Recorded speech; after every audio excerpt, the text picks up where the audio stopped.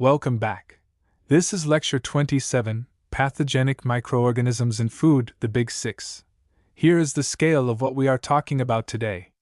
6 pathogens are so infectious, so easily spread through food, and so capable of causing severe outcomes that a single infected food worker, just by touching ready-to-eat food, can trigger an outbreak across multiple facilities at once.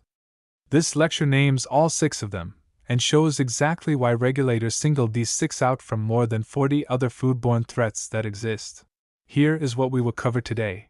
Number 1, you will know all 6 organisms in the FDA's Big Six by name, and the 3 criteria that earn them this specific designation. Number 2, you will understand why the Big Six is really an employee health framework, not simply a ranked list of whichever pathogens make the most people sick. Number 3, you will be able to place each organism correctly. Which 4 are bacteria, which 2 are viruses, and what most of them have in common. Structurally.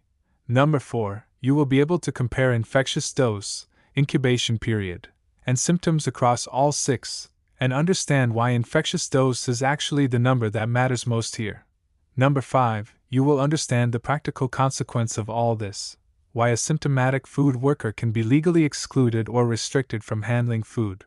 Let's start with what Big Six actually means, because the name itself is a little misleading if you take it at face value. The FDA Food Code lists more than 40 pathogens capable of causing foodborne illness.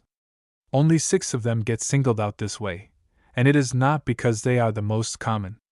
It is because they share 3 very specific characteristics. First, high infectivity at low doses. Each one of these 6 can cause illness from an exposure of just single digits to a few hundred organisms or viral particles. That is far below what most other pathogens actually need to make someone sick. Second, efficient foodborne transmission. All 6 spread readily through contaminated food or food contact surfaces. And most of them survive environmental conditions long enough to actually reach a consumer. Third, severe or systemic outcomes. We are talking about outcomes ranging from severe dehydration, to hemolytic uremic syndrome, to typhoid septicemia, to fulminant liver failure. Put those 3 together, and you get something important. A single infected food worker becomes a credible source of a multi-facility outbreak. That is exactly why the Big Six functions primarily as an employee health framework, driving exclusion and restriction policy. It is not a ranking of which pathogen makes the most people sick each year. Keep that distinction in mind, because it will come up again later in this lecture. Let's meet all 6 at a glance before we go deep on each one. Norovirus, a virus, and the leading cause of foodborne illness in the US by case count. Hepatitis A, also a virus, with a long incubation period, meaning the virus is shed for weeks before any symptoms ever appear. Non-typhoidal Salmonella, a gram-negative bacterium. And it leads all the bacterial pathogens on this list for hospitalizations and deaths. Salmonella typhi, also gram-negative, which causes typhoid fever. It is rare in the US but remains common in places with poor sanitation. Shigella species, gram-negative, with an extremely low infectious dose, and it spreads directly from person to person almost as easily as through food. And STC, including E. coli 0157, H7, gram-negative, which can progress to hemolytic uremic syndrome, especially in children. Notice the pattern already forming. 2 viruses for bacteria, and every one of those 4 bacteria is gram-negative. We will come back to that. Let's start with Salmonella, because it is actually 2 very different diseases hiding under one genus name, non-typhoidal Salmonella. Infectious dose is as few as 15 to 20 cells. Incubation runs 6 to 72 hours. Symptoms are diarrhea, fever, and abdominal cramps, what we call salmonellosis. Typical sources are raw poultry, eggs, dairy, and contaminated produce. And in terms of scale, this organism leads all the bacterial pathogens on this entire list for hospitalizations and deaths. Salmonella typhi is a different animal entirely. Infectious dose is roughly 1,000 cells, still low, but higher than its non-typhoidal cousin. Incubation runs 1 to 3 weeks, and can extend up to 60 days. Symptoms are a sustained high fever, headache, and malaise, what we call typhoid fever. Typical source is water or food contaminated by human feces. And in terms of scale, it is rare in the US, but it remains a major cause of illness in places where sanitation is poor. Same genus, two completely different diseases. Non-typhoidal Salmonella causes the food poisoning most people picture when they hear the name. Salmonella typhi causes a systemic, potentially life-threatening illness. That difference in severity is exactly why both earned a separate spot on this list. Now let's look at Shigella and STEC, two organisms that prove low case counts do not mean low risk. Shigella species. Infectious dose is as few as 10 to 100 cells, among the lowest of any bacterium you will encounter. Incubation runs 1 to 3 days, occasionally up to 7. Symptoms are bloody diarrhea, fever, and cramps, what we call shigellosis. Typical source is person-to-person transmission, fecal-oral, poor hand hygiene. And the key point to remember, it spreads directly between people almost as easily as it spreads through food. STC, including E. coli 0157H7. Infectious dose is fewer than 100 cells. Incubation runs 3 to 4 days, with a range of 1 to 10. Symptoms are severe cramps and bloody diarrhea, and it can progress to HUS. Typical sources are undercooked ground beef, raw produce, and unpasteurized milk. And here's a connection worth making. The organism behind the 2011 cantaloupe case we discussed back in Lecture 24 was actually Listeria, not STC. But STC follows those exact same equipment and water contamination pathways. Let me explain HUS, because it is the reason STC gets treated with such urgency. Hemolytic uremic syndrome is a serious complication that can cause kidney failure. It is most common in young children, and it is exactly why STC is taken so seriously despite a relatively low overall case count compared to something like norovirus. Now the two viruses on this list, Norovirus and Hepatitis A. Norovirus. Infectious dose is as few as 18 viral particles, the lowest number on this entire list. Incubation runs just 12 to 48 hours. Symptoms are sudden vomiting and diarrhea. Typical sources are infected food handlers, contaminated shellfish, and ready-to-eat food touched by bare hands. And in terms of scale, this is the single leading cause of foodborne illness in the US by case count. Hepatitis A. Infectious dose is low, similar order of magnitude to norovirus.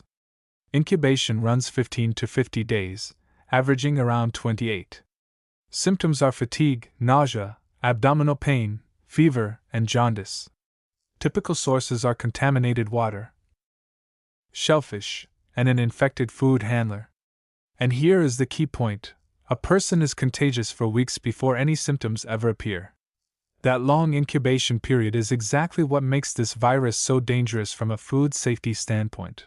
Remember what we covered back in Lecture 25, either of these viruses can be cultured on standard agar. Both require molecular or serological methods for detection. That is a big part of why they are controlled primarily through employee health policy rather than routine plate testing. Now, something you have seen before in this series. Take a moment on each of the 6 photos on this slide, because seeing these organisms is worth far more than any description. Start with norovirus. Notice the icosahedral shape of the viral particle, that geometric, almost crystalline structure. Now hepatitis A virus. Notice the similar viral structure, or, if the photo shows the liver, notice what jaundice actually looks like on tissue. Now non-typhoidal Salmonella. Notice the rod shape, and if you are looking at a colony image, how it appears on XLD or Hectoin agar. Now Salmonella typhi. Notice the rod shape, or the colony appearance on selective agar. Now Shigella species. Notice the rod shape, or the colony appearance on MacConkey agar. And finally STC, including E. coli 0157H7. Notice how it appears on CHROMAGAR 0157 or sorbitol MacConkey agar, both of which are specifically designed to make this organism visually distinct from ordinary E. coli. With these 6 images in front of you, you now have a complete visual reference for the most consequential pathogens in food safety, all on one slide. Let's talk about the practical consequence of everything we have covered so far. Why a sick food worker can actually be sent home by policy, not just by common sense. Every organism on this list can spread from an infected person to food, often before that person even feels sick. That single fact is the entire justification for employee health and exclusion policy. Let's walk through the typical policy responses. If someone is diagnosed with a Big Six pathogen, they are excluded from the food establishment entirely until they are cleared. If someone is vomiting or has diarrhea while on shift, they are immediately restricted or sent home, regardless of whether a diagnosis has even been confirmed yet. If someone shows jaundice, a possible sign of hepatitis A, they are excluded, and public health notification is typically required. And if someone has a household contact who has been diagnosed with a Big Six pathogen, they are often restricted from any bare-hand contact with food, pending clearance. Two terms worth being precise about. Exclusion means the person cannot work in the establishment at all. Restriction means they can work, but not in any role involving contact with exposed food, clean equipment, or utensils. The exact triggers and durations for both are set by your local regulatory authority, so always check your specific jurisdiction's food code adoption rather than assuming these examples apply everywhere identically. Let's pull all 6 organisms together into one table. Norovirus, a virus, roughly 18 particles as an infectious dose, 12 to 48 hours incubation. Hepatitis A, a virus, a low infectious dose, 15 to 50 days incubation. Non-typhoidal Salmonella, a gram-negative bacterium, roughly 15 to 20 cells, 6 to 72 hours incubation. Salmonella typhi, gram-negative, roughly 1,000 cells, 1 to 3 weeks incubation. Shigella species, gram-negative, roughly 10 to 100 cells, 1 to 3 days incubation. STC, gram-negative, fewer than 100 cells, 3 to 4 days incubation. Here's something worth noticing, connecting straight back to Lecture 26. Every single bacterium on this list is gram-negative. That is not a coincidence. It connects directly to the outer membrane, the endotoxin, and the transmission characteristics we covered in detail last lecture. Before we close, let's walk through where analysts commonly misjudge the Big Six. The first mistake is assuming big means most common. The Big Six is an employee health framework built on infectivity, transmission, and severity, not a ranked list of case counts. The second mistake is treating low case counts as low risk. STC and Shigella cause far fewer cases than norovirus, but their infectious dose is so low that a genuinely tiny exposure is enough to sicken someone. The third mistake is forgetting that the two viruses need different testing entirely. Norovirus and hepatitis A cannot be cultured. Relying on standard plate testing will miss both of them completely. The fourth mistake is confusing the two Salmonella diseases. Non-typhoidal Salmonella causes food poisoning.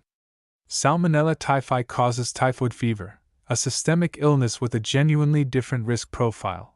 And the fifth mistake is underestimating a symptom-free carrier. Hepatitis A is contagious for weeks before symptoms appear. Feeling fine is not the same thing as not being infectious, and that distinction matters enormously for employee health policy. Let's bring this lecture to a close with the key takeaways. Number 1. The Big Six is norovirus, hepatitis A, non-typhoidal Salmonella, Salmonella typhi, Shigella, and STC, 4 bacteria and 2 viruses. Number 2. They are grouped by 3 shared traits: high infectivity at low doses, efficient foodborne transmission, and severe or systemic outcomes. Number 3. Every bacterium on the list is gram-negative, connecting directly back to the cell wall structure we covered in Lecture 26. Number 4. The 2 viruses, norovirus and hepatitis A, cannot be cultured on standard agar and need molecular or serological detection instead. Number 5. A single infected food worker can trigger a multi-facility outbreak, which is exactly why this list drives employee health policy in the first place. Number 6. Exclusion and restriction policies exist because several of these organisms are contagious before any symptoms ever appear. That is Lecture 27 complete. You now know the Big Six.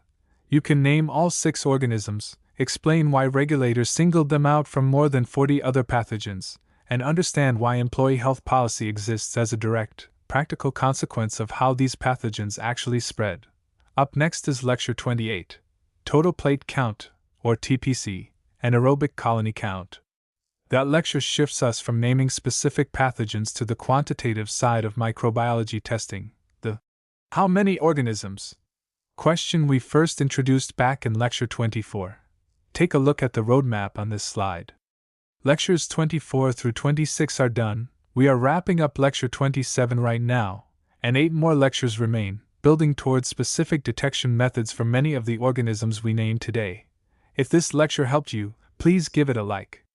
Subscribe for new lectures every week. And drop your questions in the comments, they get read and answered. See you in Lecture 28.